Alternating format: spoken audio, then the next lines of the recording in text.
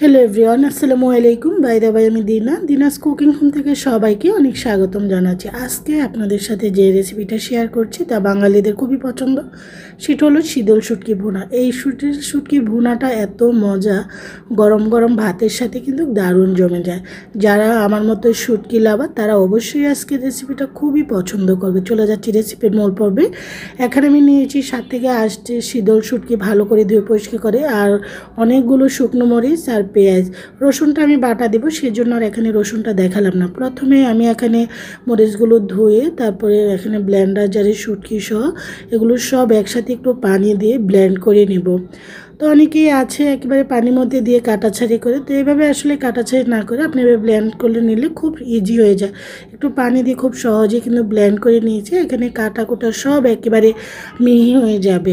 চলে যাচ্ছি রেসিপির মূল পর্বে। এখন আমি চুলা অলরেডি ফ্রাইং প্যান বসিয়ে দিয়ে দিচ্ছি এখানে সয়াবিন তেল, আপনার সরষের তেলও দিতে পারেন। এখানে আমি 1.5 কাপ পেঁয়াজ কুচানো দিয়েছি, একটু লবণ দিয়ে দিচ্ছি। এতে করে পেঁয়াজটা কিন্তু খুব তাড়াতাড়ি ঝটপট অল্প সময় কিন্তু নরম হয়ে যায়, এতে করে রান্নাটাও খুব তাড়াতাড়ি হয়। এখন পেঁয়াজটা নরম হয়ে আস্তে আস্তে হয়ে আসছে। আপনারা চাই গোল্ডেন কালার করতে পারেন, আমি কিন্তু গোল্ডেন কালার করব না। আমি 4-5 মিনিট জাস্ট পেঁয়াজটাকে আমি মিডিয়াম টু লো ফ্লেমে রেখে ভেজে নিয়েছি। এখন দিয়ে দিচ্ছি সে ব্লেন্ড করে রাখা শুটকি এবং শুকনো মরিচের সেই ইয়েটা দিয়ে দিচ্ছি। 1 চামচ এখানে হলুদের গুঁড়া।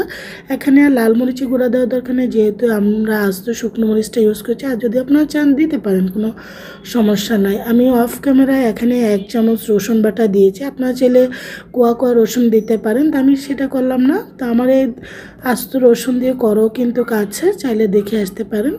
এখন আস্তে আস্তে কিন্তু শুটকি ভুনাটা হয়ে আসছে। তো দেখেছেন ব্লেন্ডার যেটা ধুয়ে পানি দিয়ে দিয়েছি, আমি এরপর আর কোনো পানি ব্যবহার করিনি। তো শুটকির ফ্লেভারটা এত সুন্দর বের হয়েছে। আমি বাঁশপাতা শুটকি দিয়ে করছি। আমার আস্তে আস্তে শুটকির কালারটা কিন্তু অলরেডি চেঞ্জ হতে শুরু করেছে এবং পানিটাও কিন্তু শুকিয়ে গিয়েছে। তো আমি আরও প্রায় 4-5 মিনিট শুটকিটাকে ভুনা করে নেব, যেন এটার মধ্যে পানি না থাকে, এতে করে খেতে অনেক বেশি ভালো লাগে। দেখুন শুটকিটা ফ্রাইং প্যান থেকে কিন্তু ছেড়ে আসছে। আমার কিন্তু শীতল শুটকির ভুনাটা কিন্তু হয়ে গিয়েছে। এখন আমি এটাকে নামিয়ে প্রায় ঢাকনা দিয়ে ঢেকে 5 মিনিটের জন্য রেখে দেবো একটা সাইড করে, তারপর সার্ভ করে দেখাচ্ছি। আমি এখানে একটা সার্ভিং প্লেট নিয়েছি। এখন এটাকে শুটকি ভুনাটাকে সার্ভ করছি। সুস্বাদু এই শীতল শুটকি ভুনাটা এত মজা হয়েছে আলহামদুলিল্লাহ। আপনারা রেখে প্রায় 1 মাসের মতো নর্মাল ফ্রিজের মধ্যে যে কোনো একটা কন্টেনার বক্সে রেখে খেতে পারেন। এটা যে কোনো ইয়া দিয়ে, যে কোনো মানে চিতই পিঠা, তারপরে খোলা জালি পিঠা, গরম ভাত তো আছে, এমনকি পোলাওর সাথে খেতে কিন্তু দুর্দান্ত। আশা করি সবারই ভালো লাগবে আজকের রেসিপিটি। সবাই ভালো থাকেন, সুস্থ থাকেন। আল্লাহ হাফেজ। কোনো রকম ভুল করলে ক্ষমা